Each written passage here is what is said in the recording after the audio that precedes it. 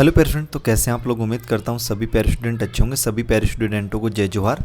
तो फाइनली प्यारे स्टूडेंट, इस वीडियो में अपन देखने वाले हैं यहाँ पे आपका वार्षिक परीक्षा 70-2023-24 कक्षा 7वीं और विषय यहाँ पे आपकी हिंदी। ठीक है, तो क्लास 7th वाले जो स्टूडेंट्स हैं उनके लिए वीडियो रहने वाले। इस वीडियो में क्लास 7th का जो आपका विषय हिंदी का जो पेपर है 3 अप्रैल 3/04/2024 का जो आपका पेपर है, ठीक है, उसका संपूर्ण सॉल्यूशन अपन इस वीडियो में कवर करने वाले हैं। और ये वीडियो जो है वो छत्तीसगढ़ के स्टूडेंट्स जो हैं उनके लिए रहने वाली है, चाहे आप किसी भी ज़िले से हों। ठीक है, छत्तीसगढ़ में चाहे किसी भी ज़िले से हों, सभी स्टूडेंटों के लिए वीडियो रहने वाली है।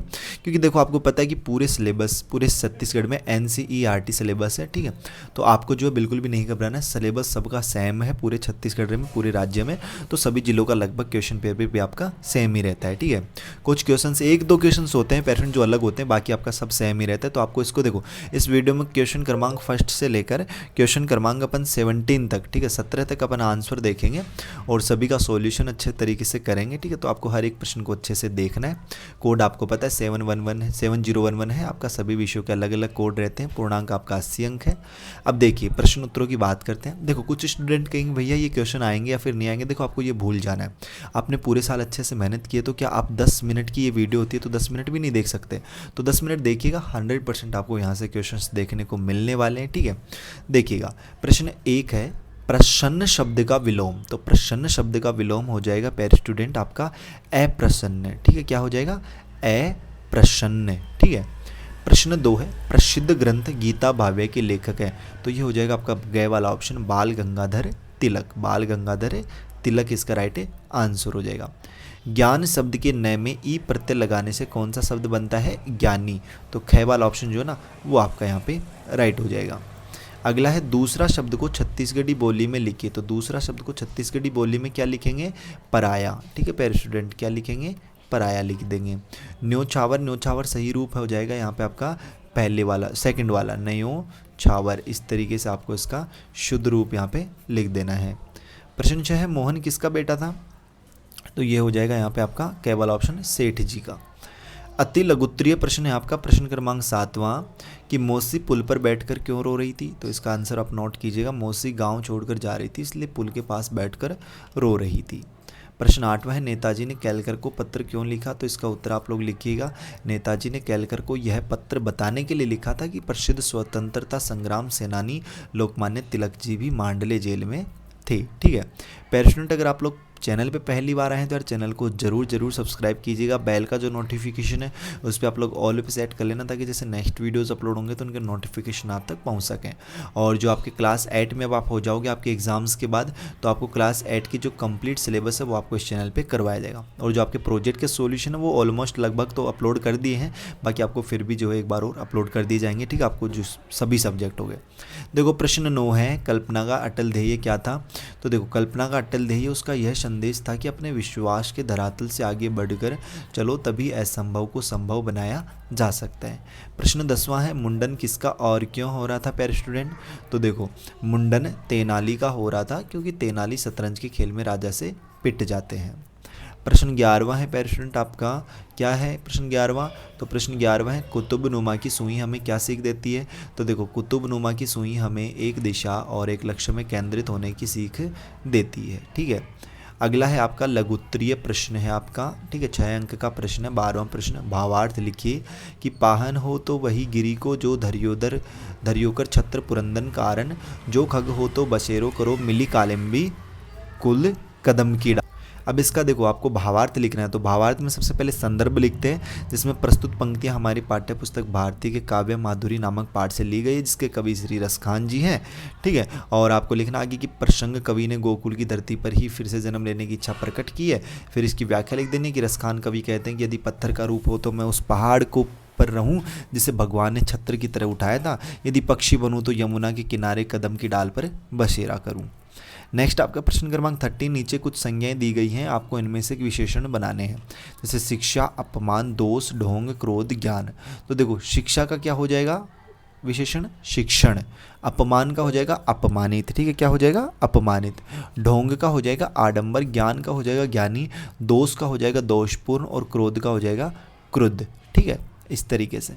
प्रश्न 14 है, अपने प्रधान पाठक को 3 दिन की छुट्टी के लिए आवेदन पत्र लिखें।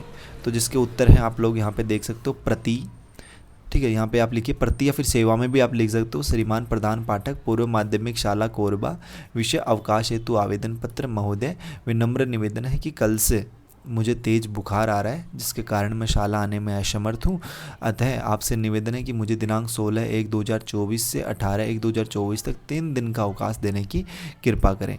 धन्यवाद, आपका आज्ञाकारी शिष्य, क्लास 7। और आपका पे आपको अपना नाम लिख देना है। अगर आप गर्ल हैं, लड़की हैं, तो आपको शिष्या लगा के और आपको अपना नाम लिख देना है यहाँ पे, ठीक है। अगला प्रश्न देखिएगा, प्रश्न क्रमांक 15 है, 15वां प्रश्न क्या है कि निम्न शब्दों के 2-2 पर्यायवाची लिखे, जैसे आकाश, पानी, सूर्य, पवन, बेटा। तो देखो, आकाश के 2 पर्यायवाची क्या हो जाएंगे, नभ और क्षितिज। पानी के क्या हो जाएंगे, नीर और जल। सूर्य के क्या हो जाएंगे, रवि, दिनकर। पवन के क्या हो जाएंगे, समीर, हवा। और आपका बेटा का हो जाएगा तन्य, पूत, ठीक है। इस तरीके से 16 नंबर का क्वेश्चन है, देखो क्या है 16 नंबर का क्वेश्चन प्यारे फ्रेंड, अथवा में है ये। तो अपन जो अथवा वाला है ना वो करेंगे कि मंजूर सही कहूँ तुम्हार मितान कोनो मुसीबत में फंस जाई, तो तुम ओला उबारे बर का उदिम करो सोच के लिखाओ, ठीक है। कि मान लीजिए आपका कोई मित्र है, वो किसी मुसीबत में फंस गया है, तो आप उसको बचाने के लिए क्या करोगे, ये अपने को यहाँ पे बताना है, ठीक है। तो देखो इसका राइट आंसर आप क्या लिखोगे, ठीक है, इसका राइट आंसर क्या लिखोगे प्यारे फ्रेंड, तो इसका राइट आंसर आप लिखो कि हमन अपन मितान ले उबारे बर केचुआ असन कछु न कुछ उदिम जरूर करबो, जेकर ले हमार मितान मुसीबत में उबर जाही, ठीक है। ये आपकी लैंग्वेज में है, छत्तीसगढ़ की लैंग्वेज में, ठीक है। आपका इसका हिंदी भी देख सकते हैं कि हम अपने मित्र को बचाने के लिए कुछ ना कुछ जैसे उपाय जरूर करेंगे जिससे हमारे मित्र मुसीबत से बच जाए। अगला है 17 नंबर का question, last and final question है आपका कि भिखारिन कहानी का जो है सारांश लिखिए अपने शब्दों में, ठीक है। अथवा में है, ये आप अथवा वाला भी कर सकते हैं या फिर ऊपर वाला भी।